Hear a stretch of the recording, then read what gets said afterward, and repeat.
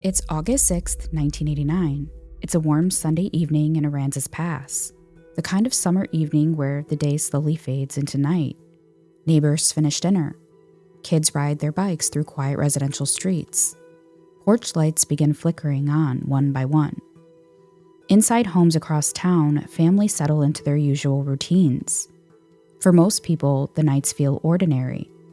But inside one house on South Whitney Street, something feels wrong. Because a 13-year-old girl who left home earlier that evening has not come back.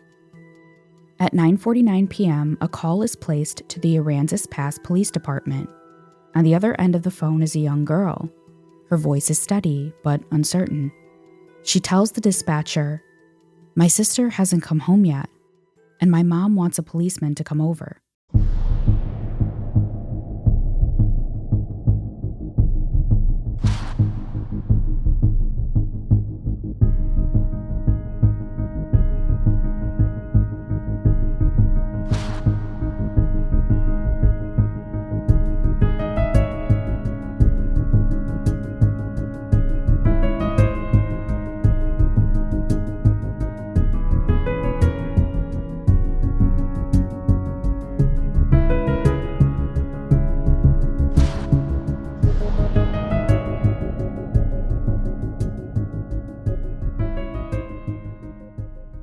The weekend leading up to Elisa's disappearance had been completely ordinary, and that's one of the things that makes cases like this so difficult to process even decades later. There was no warning, no dramatic event, no moment where anyone could have looked back and said something felt wrong. Instead, everything about that weekend looked like the normal life of a 13-year-old girl growing up in a small coastal town. On Saturday night, Elisa stayed over at one of her best friend's house, Charla. Sleepovers were a regular part of Elisa's world. She had a circle of friends she spent time with often, and like most teenagers, those friendships were incredibly important to her. The girls spent the evening together doing what most teenage girls did in the late 1980s. Talking, laughing, sharing stories. Probably staying up later than they were supposed to. Moments that felt small and ordinary at the time. But moments that would later become the final memories people held of Elisa before she disappeared. The next day was Sunday, August 6th, 1989. Elisa remained at Charla's house for most of the day. Sunday afternoons in small towns like Aransas Pass often move slowly. The heat of the Texas sun lingered well into the evening. People spent time indoors or gathered with friends and family. And at some point that afternoon, Elisa and Charla had planned to go to church. The church van would come around and pick up kids from the neighborhood. It was a routine many families in the community were familiar with. But when the van arrived that afternoon, Elisa made a different decision. Instead of going to church, she decided she would walk home. And at that time, that decision didn't seem unusual. In fact, it probably barely registered as anything at all. Because the distance between Charla's house and Elisa's home was short, just a few blocks. The kind of walk a teenager in a small town could make without anyone worrying about it. But it would become the first step in the timeline of Elisa's disappearance. Around 5:20 p.m., the church van arrived at Charla's home, but Elisa didn't get on. Instead, she left and began walking back toward her home on South Whitney Street. It was a familiar route. The walk to Elisa's home would have taken roughly 10 minutes. In a town like Aransas Pass, that distance wasn't considered far. Kids walked to friends' houses all the time. They rode bikes through the neighborhood. They cut across streets and sidewalks they had traveled dozens of times before. The streets were quiet residential roads lined with modest homes.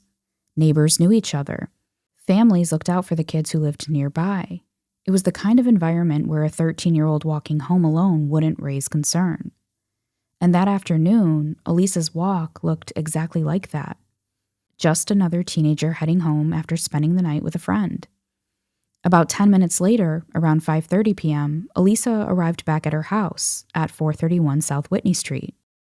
She had only been home a few minutes, but in those few minutes, something happened that would set the rest of the evening in motion. The phone rang. And on the other end of the line was another friend, a girl named Debbie Green. Debbie and Elisa were friends who lived in the same general area, and that evening, Debbie called to ask a simple question. She wanted to know if Elisa could come over to her house. For many teenagers, that kind of phone call was routine. Friends checking in with each other, seeing if someone wanted to come hang out. She'd just come home and she was home for the evening. She was supposed to go with Charla to church services, but so my mom was when she showed up, it wasn't expected. We were expecting she would go to church, but she just said she wanted to come home. Never dug into it. Just figured she just had it and was ready to come home, and so she was done for the day. And a little while later, I don't know the time frame, Debbie Green called and asked if Elisa could come hang out with her. And my mom had told her, it's getting too late. It's time for you to stay home. But when Elisa asked her mother, the answer was no. It was getting late, and Elisa had already been gone most of the day. Her mother felt it was time for her to stay home. But Debbie had another idea. Instead of Elisa walking all the way to her house, the girls could meet halfway at Keyburger Elementary School. The school sat between the two neighborhoods. It was a place they both knew well. And Debbie offered an important reassurance. She told Elisa that her father would drive her home later. That way, Elisa wouldn't have to walk back alone after dark. Elisa told her when my mom says it's getting too late. And Debbie said, well, I can meet you halfway and my dad can then bring you home later. And so we were friends of Debbie's family. Debbie's dad we'd go visit, and sometimes he would drop us off or vice versa, and we were back and forth at each other's houses. It was kind of like a backdoor policy. We were always there's a certain set of friends that we knew we were going to be at. And so my mom, thought nothing of it to say, okay, well, if Debbie's going to meet you halfway, then it made her feel more comfortable that Elisa wasn't walking at night. It was a compromise, and after hearing that plan, Elisa's mother agreed. Elisa could go meet Debbie. Just for a little while, though. Then Debbie's father would bring her home. At the time, it sounded safe, it sounded reasonable, and most importantly, it sounded temporary. Just a quick visit between friends on a Sunday evening. But sometimes the smallest decisions, ones that feel completely normal in the moment, end up shaping events in ways no one could have imagined.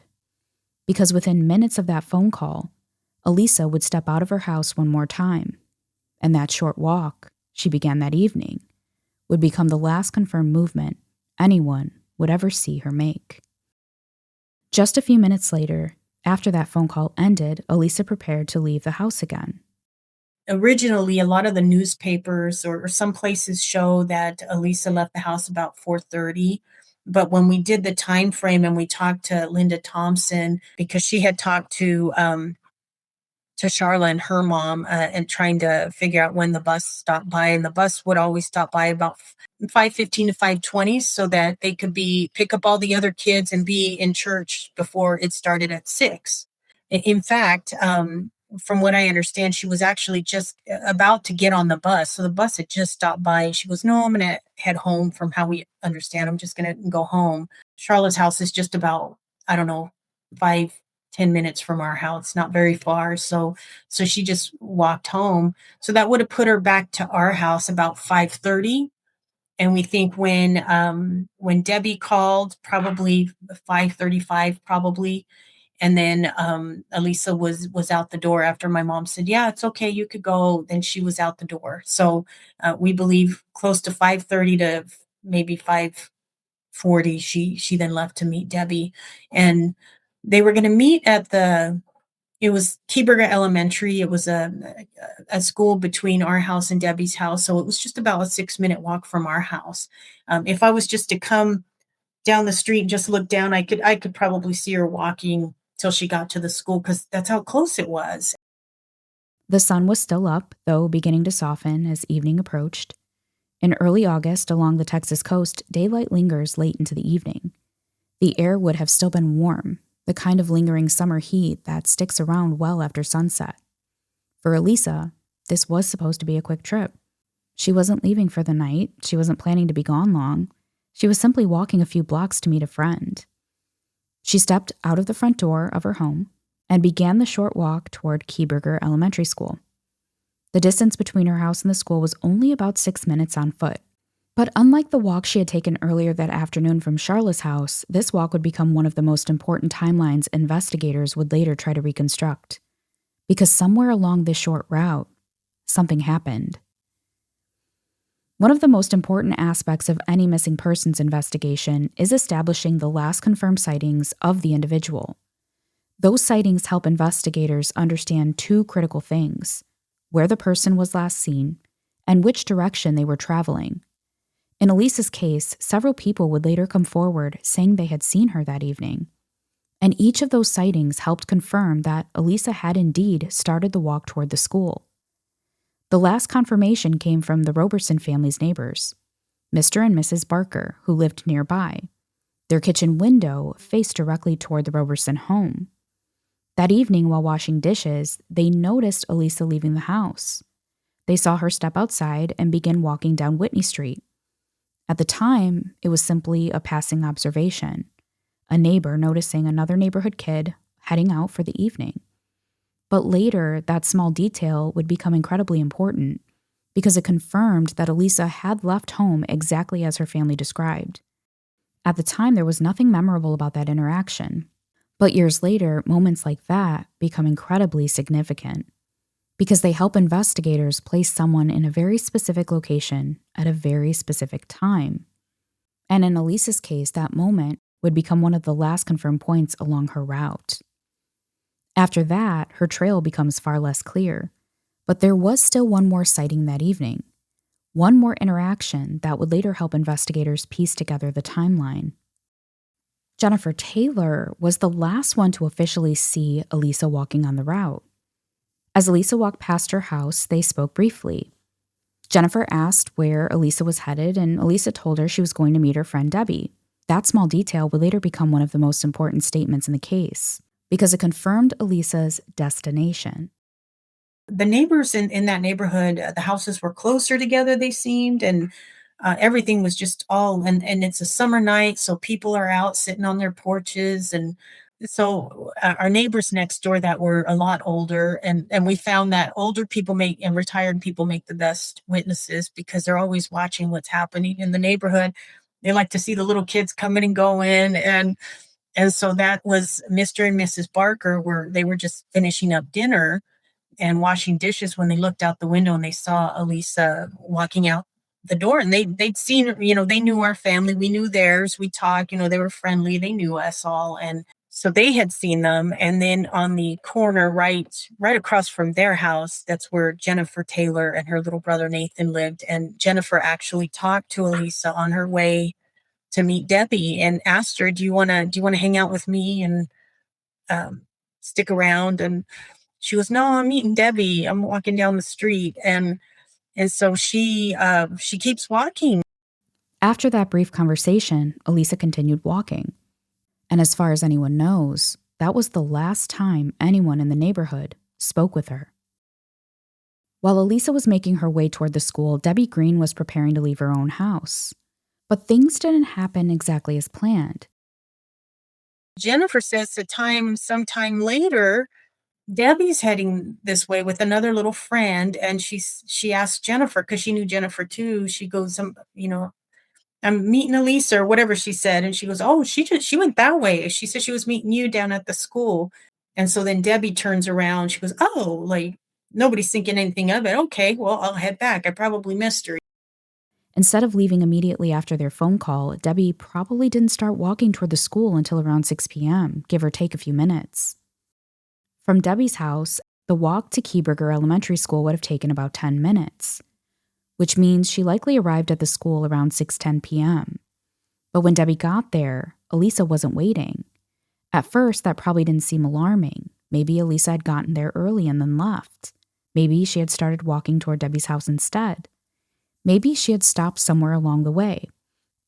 So Debbie turned around and walked back home. Then she picked up the phone and called Elisa's house. It was the first moment that anyone realized something might be wrong. When Debbie called Elisa's house, Ruby answered. And that's when we get a call from Debbie, and Debbie says, "Well, is Elisa at your house?" My mom was in the kitchen and she shouted, and it kind of, I still to this day, like it's like a shock to me because she shouts, she goes, "Tell Debbie Elisa should be with her right now." And I think it panicked me, and I was thinking nothing. I just remember that shout from the from the kitchen that I think at that moment my mom kind of panicked, like, what is she talking about? She should be with her right now. And I don't know how much time had passed from the time gets really skewed this many years later, but it was enough time for my mom to kind of jump in her skin. And I remember saying, now I don't know if I was annoyed at Debbie because Debbie was a pain in the butt, or if me and Elisa were fighting. We're teenage sisters.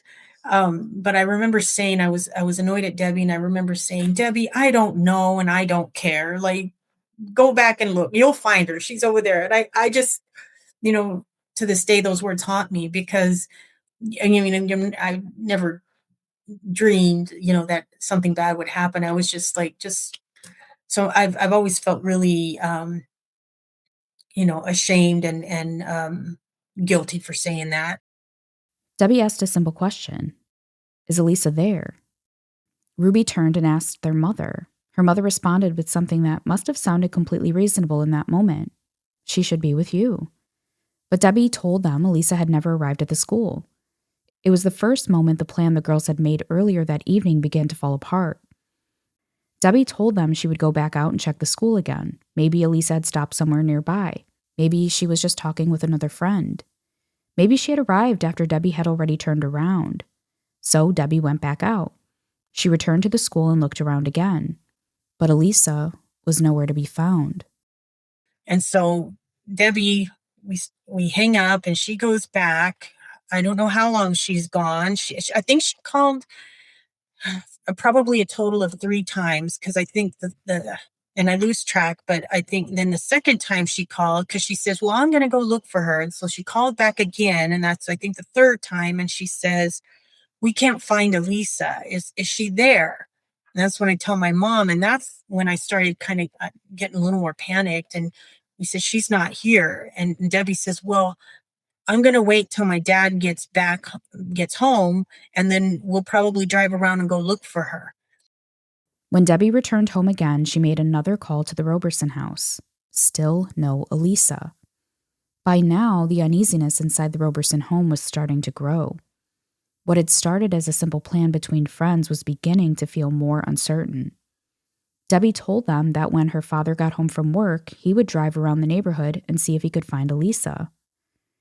In the meantime, Elisa's mother turned to Ruby and asked her to begin calling some of Elisa's friends. Ruby started dialing numbers.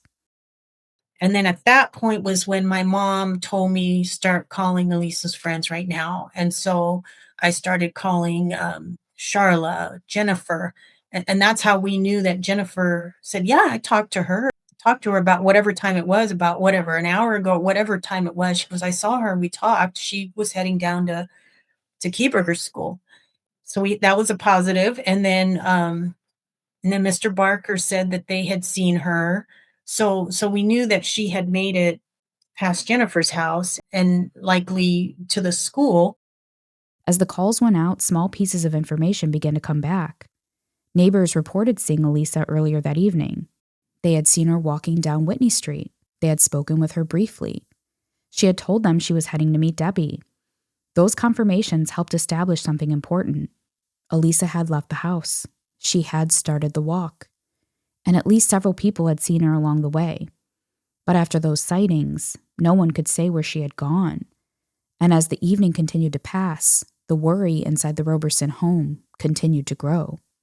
And so a little bit later, then Bob comes to our house with Debbie and the other little friend. And my mom were out in the yard, and Bob asks my mom, is Elisa here? Has she made it back home yet? And my mom said no. And that's at that point he said that they had driven around, they looked for her, they stopped by Dairy Queen, picked up a couple ice cream cones and brought an extra one for Elisa, thinking that maybe Elisa would be at the house. But that's always bothered me because I thought at a time like that where we're looking for Elisa, you guys had enough time to go stop by the Dairy Queen. But then I think, well, maybe they were just thinking, well, she's going to be at the house. Let's grab some ice cream, grab one for her. It'll be fine. She'll be at the house. So that I try to think of that too, but it was just really odd. It was really odd. The idea that something terrible might have happened hadn't fully taken hold yet. They still believed she would show up, that she would laugh about the confusion, that the ice cream cone waiting for her would just be part of a normal summer evening. But when Bob Green arrived at the Roberson house, Elisa still wasn't there. So by the time he got to the house and asked my mom, "Is Elisa here?" and we said no, and that's when he said, "Mrs. Roberson, you need to call the police." By the time Bob Green spoke with Elisa's mother, it had been several hours since Elisa had left home. The neighborhood search hadn't found her, the phone calls hadn't found her, and the growing uneasiness that had been building inside the house was beginning to turn into something much heavier. Bob Green told Elisa's mother something that would change the course of the night. It was time to call the police. At 9:49 p.m., a call was placed to the Aransas Pass Police Department. Ruby made the call. My sister hasn't come home yet. My mom wants a police officer to come to our house. And so I know I was the one that that made that phone call. I don't remember, but it's right there. It was saying that 12, that it was me that made the call. An officer eventually came to the house and took a report. But according to the family, there didn't appear to be any real urgency. And so a police officer came and took the report, and he just kept saying, well, maybe she's talking to a friend, or maybe she stopped by and got sidetracked, and she'll probably come home anytime now. He was trying to calm my mom down, and my mom was just adamant, saying no. She, at least, it was pretty responsible when it came to being home on time when she was supposed to. She wasn't the type that was, sneaking out of the house, running away. Um, Doing bad things with friends or anything like that. She was a pretty good kid. And so my mom just knew right away, no, Lisa's not the type that just go do her own thing. She would always ask my mom for permission, hey mom, can I, or mom, I'm going to go here. Is that okay? So she knew right away that something was wrong. They were told Elisa was probably just with a friend, that she would likely come home soon. But Elisa didn't come home that night. And by the time the sun rose the next morning, the Roberson family already knew something was very wrong. That night, we just, I remember I couldn't sleep. My mom couldn't sleep. My mom was pacing. She was like a caged animal. And oh my gosh, I just remember her inside and out of the house, going outside, going down the street, looking down the street. And I remember being with her. We'd be out in the yard, we'd go down, look down the street, thinking, any minute Elise is going to come walking, come around the corner. And then we have my two little brothers that are in the house, so you can't go running around looking, and it's dark and couldn't do much. There wasn't much we can do. And so I just know I didn't sleep. My mom didn't sleep. And we just constantly looking, waiting for Elisa to come home, and she never came home. It just was really sad, scary, just horrible. And I even knew at that young age, like I just remember being so sad and being so afraid for my mom, so scared, because my mom was crying, and my mom wasn't the type to she was really strong person, so she wasn't a crier. She wasn't the type that would like cry, and she held a lot of things in to be strong for her kids. And so when I saw her crying, I knew it was serious, and it scared me, and I was so scared, and I was so sad. And my mom just the pain in her just, and the anxiety in her voice when she was talking. I never want to relive that. That was just really hard times. The following day, Elisa's mother went to the police department with Ruby and her two younger brothers. Ruby acted as her mother's translator as they walked officers through everything that had happened over the previous 24 hours. The sleepover, the phone call, the walk, the sightings, the school, the search, every detail they could remember. Because by that point, the possibility that Elisa had simply wandered off no longer made sense. She had been seen walking toward the school. She had spoken with neighbors. She had told people exactly where she was going.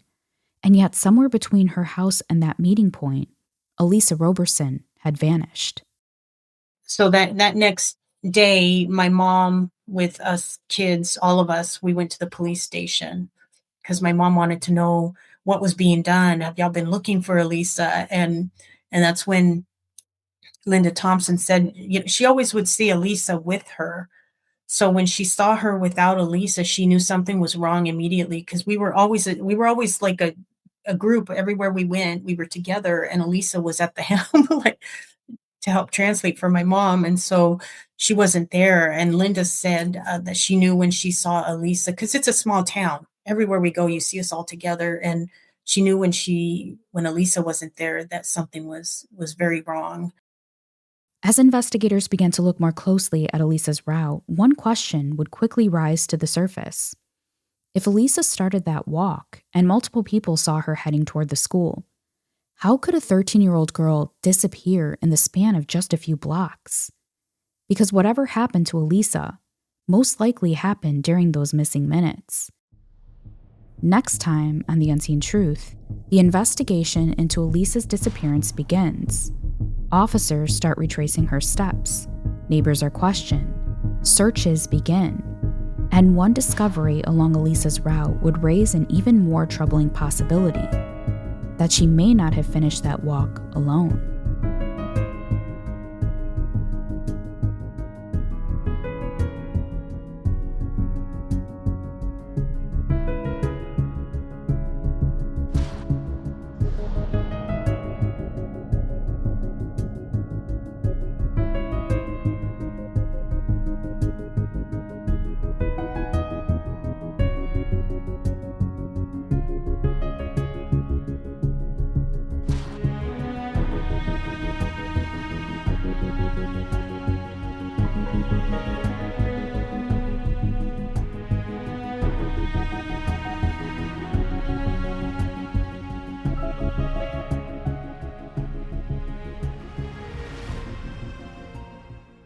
The Unseen Truth is a Reignited Media production, hosted, edited, and produced by me, Jen Rivera.